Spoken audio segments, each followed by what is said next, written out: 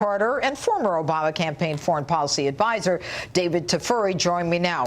All right, guys, you just saw that. And you know what, Sarah, I'm going to start with you because I know you spent some time on the border. So Tucker's guest there is saying basically the whole problem with the border is that the ag sector is dragging the illegals across the border for jobs. And the Americans, I've heard this one before, need drugs. So we're kind of bringing them over ourselves. Oh, that's just completely a joke. That's false on its face. I mean, of course, there is this supply and demand for narcotics, and that's a problem that we have to deal with in our country. And of course, there is cheap agriculture. But let's be honest, the border has been a problem for decades. And more than that, it's not just a problem about people crossing the border. It's a national security issue for our country now. It has been extremely dangerous. Part of the problem is there's not enough Border Patrol agents. Their hands were tied behind their backs for the last 8 years.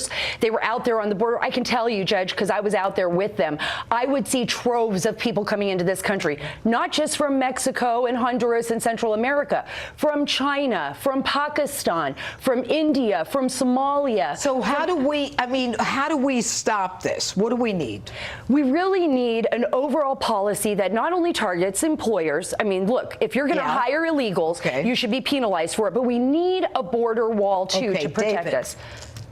Well, so the number of people coming across the border has actually steadily declined over the last 10 years. Except for last month. Except for last month, exactly. It's still a problem, but it's actually gotten better. I don't It still feel needs better. to be, well, if you look at the numbers, it is better. But it still needs to be addressed. Now, I think that means we need more border security. Perhaps something like a wall, also using technology and surveillance, and more border patrol. But what President Trump has done this week are just stopgap measures that are going to mask the problem. So he's sending the National Guard to the border. That's really not what their role is. These are fighters that are trained to fight battles, not to National Guard? and not go and patrol the border. It's not really their role. You know what? Why not use them? Go ahead. Yeah, why not? Because, look, it's been done before. President Bush used the National Guard. He had 6,500.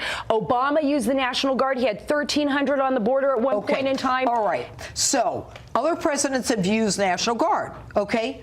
President Trump is doing it because in this ridiculous omnibus bill, they wouldn't allow him to use any money to build a wall. So what should the man do? It's okay to use the National Guard, but it's not the preferred solution. Now, there's a failure of leadership when President Trump can't get his border security package through Congress, and it's a Republican-controlled Congress. Both the House and Senate are controlled by people in his party. Now, there was a compromise that he put forward that he could have pushed through if he maintained support for that compromise and if he got Congress members on his side. And that is to do something for DACA, to do something for DACA. He and offered in return, 181. But then he pulled it back. So do something for DACA and also do something on border security. Judge Jeanine has a point here, you know. And I want to go back to something that I think is essential here. The president realizes, because he has been advised by both our intelligence agencies, the DEA, law enforcement, how dangerous that border is and how dangerous the situation is right now in Central America and Mexico. We know it's dangerous, but he's saying that the president isn't doing the right thing. No, the president has to do something, and this is what he needs to do. He needs to make this a very poignant moment where he says, I'm going to put the National Guard out there. So we're going to get that. See, you're blaming the president because Congress wouldn't give him what he wanted. No, because the president wasn't creative and effective enough to push through a compromise. The number of DACA dreamers. But then he pulled that back, and he didn't support it because he wanted to have $26 billion. He wanted to have $26 billion for border security. Now, I don't know if that's the right number or not, but Congress, a Republican-controlled Congress, did not support that number. So he should have backed off that number. He should have reached a compromise, less money, the left did not want to compromise some wall, some security. That's how you deal with this. You don't send the National Guard, whose job it is to protect America and fight wars, down to the border. Well, it is a war. I got news for you, David. It is a war. These drug cartels. It's not a war. There's a war in Syria. There's a war in Iraq. There's a war with ISIS. This is not a war. 1,000 people die a week from drugs, and 80%, 90% is coming from the southern border. And the battles between the drug cartels, very good point, the battles in the drug cartels battles along our U.S.-Mexico border, the amount of drugs and narcotics and other contraband coming into the United States. We know it's bad. So he's blaming the president. What we're trying to figure out is, did Obama do anything that improved the situation, or did he make it worse?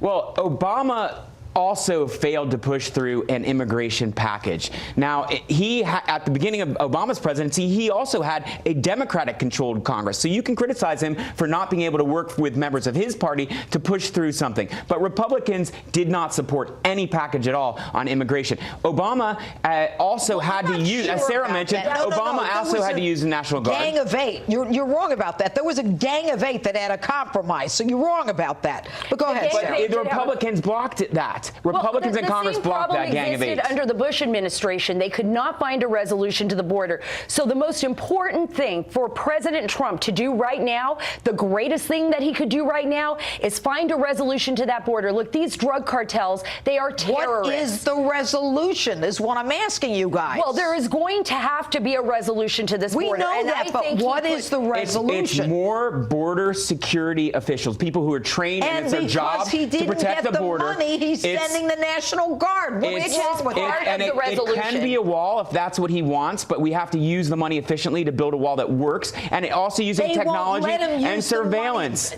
David, they won't let him use the money for the wall. It's in the bill. No, they didn't give him. They didn't give him all the money he wanted. It's in the bill. He can't use any of the money for the wall.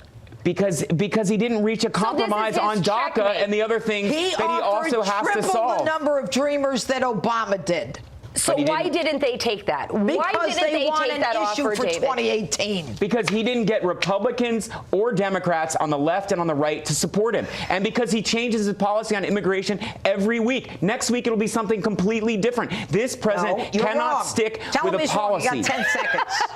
I'm going to tell you you're wrong, David. I guess we're having a good debate here. Look, I think there will be something coming out of this, and I think he's doing the right thing by checkmating everyone, putting the National Guard on the border, and making a statement here, and he has some time to get it resolved. Sarah Carter, David Tafuri, thanks for this very civilized debate. And former Clinton advisor Dick Morris is still ahead. And next, the boss is here. Former Trump deputy campaign manager David Bossie is here, and he intends to break down the most outrageous things we heard this week. Joe Scarborough, Ellen, you'll see them all. You don't want to miss this segment. Next.